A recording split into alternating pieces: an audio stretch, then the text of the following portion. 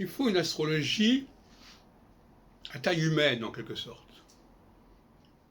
Même si l'astrologie transcendantale, elle a été faite pour les hommes, non pas par les hommes, mais pour les hommes, pour leur compréhension, pour leur représentation. Il faut qu'elle soit accessible à l'œil nu, accessible à leur intelligence, notamment au calcul mental.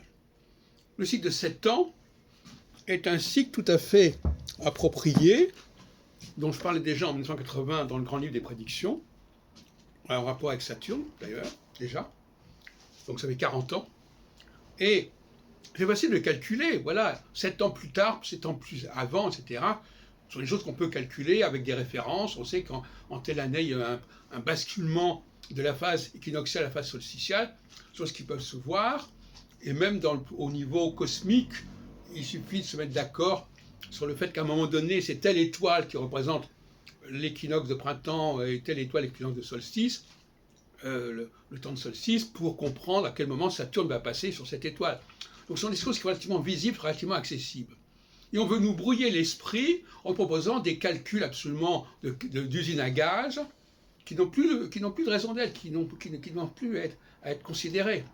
Et alors toute la formation, tout l'enseignement astrologique consiste à savoir interpréter, décrypter le thème astral, etc. C'est un enseignement complètement bidon, il faut dire les choses comme elles sont, et qui relève de la divination. Donc il y a une astrologie divinatoire qui est celle du thème natal, disons les choses clairement. Bon, donc si on veut enseigner l'astrologie divinatoire, on enseigne le thème natal.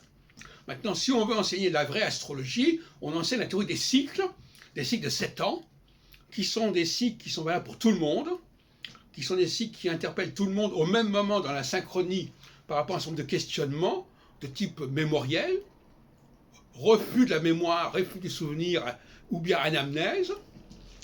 Et puis à ce moment-là, on a la vraie astrologie. Et vous comprenez bien que le boulet que tire cette vraie astrologie, c'est bien le boulet du thème natal. C'est pas le boulet de l'astrologie des horoscopes et des médias qui est moins pire. Parce que c'est relativement simple, les gens comprennent de quoi il s'agit, les gens font eux-mêmes leur propre cuisine, si on peut dire, mais c'est moins pire que cette astrologie bidon du thème natal, dont j'ai parlé déjà en 76, dans le Clé pour l'astrologie. Hein,